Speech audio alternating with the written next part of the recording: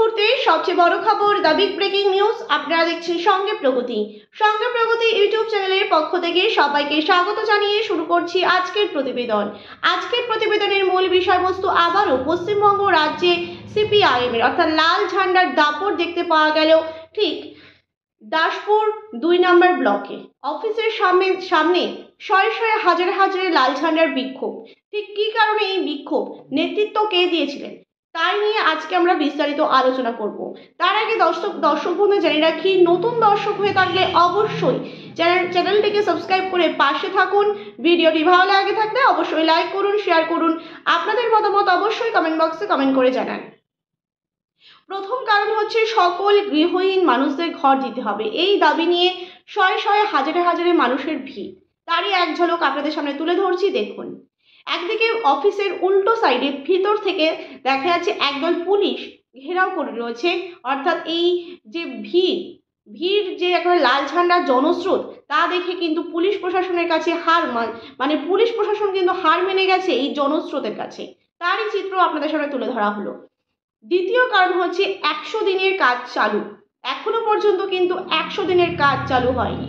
নতুন বছর শুরু হয়ে গেছে, অর্থাৎ 2025 শুরু হয়ে গেছে, এখনো পর্যন্ত কিন্তু 100 দিনের কাজ চালু হয়নি এবং বকেয়া মেটানো কিন্তু এখনো হয়নি। অর্থাৎ বকেয়া টাকা কিন্তু পাবে শ্রমিক শ্রেণীর মানুষেরা, যারা এই 100 দিনের কাজের সঙ্গে যুক্ত। এবং পঞ্চায়েত সমিতির নতুন ভবন উদ্বোধনে নাম প্লেট কোথায় গেল? অর্থাৎ পঞ্চায়েত সমিতির নতুন ভবন উদ্বোধন হয়েছে, কিন্তু নাম প্লেট নেই, অর্থাৎ নেম প্লেটই নেই। সমস্ত ভাতা প্রকল্পে দলবাজি দুর্নীতি বন্ধ করে প্রকৃত প্রাপকদের ভাতা দিতে হবে। এই দাবি নিয়েও কিন্তু আজকে বিক্ষোভে সামিল হয়েছিল প্রায় হাজারে হাজারে শয়ে শয়ে জনগণ। অর্থাৎ লাল ঝান্ডার কিন্তু ঝড় দেখতে পাওয়া গেল আজকে। এবং অবিলম্বে নদী বাঁধ মেরামত করতে হবে। প্রত্যেক বছর বন্যাতে এই রাজ্যের এক শ্রেণীর মানুষ যে কষ্ট করে এবং যে নদী বাঁধ মেরামত করতে হবে, সেদিকে কিন্তু কোনো ভ্রুক্ষেপ নেই। বিডিও অফিস সহ ব্লক প্রশাসন দলবাজি এবং যে অসৌজন্যের রাজনীতি কিন্তু বন্ধ করতে হবে।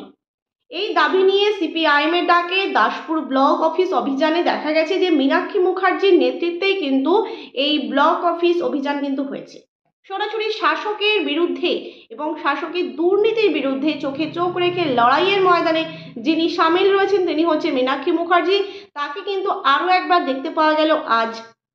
এবং জনগণের উপচে পড়া ভিড় প্রমাণ করছে যে মানুষ কিন্তু ধীরে ধীরে ভরসা রাখছে এই লাল ঝান্ডার প্রতি। তারই কিন্তু চিত্র আজকে দেখতে পাওয়া গেল।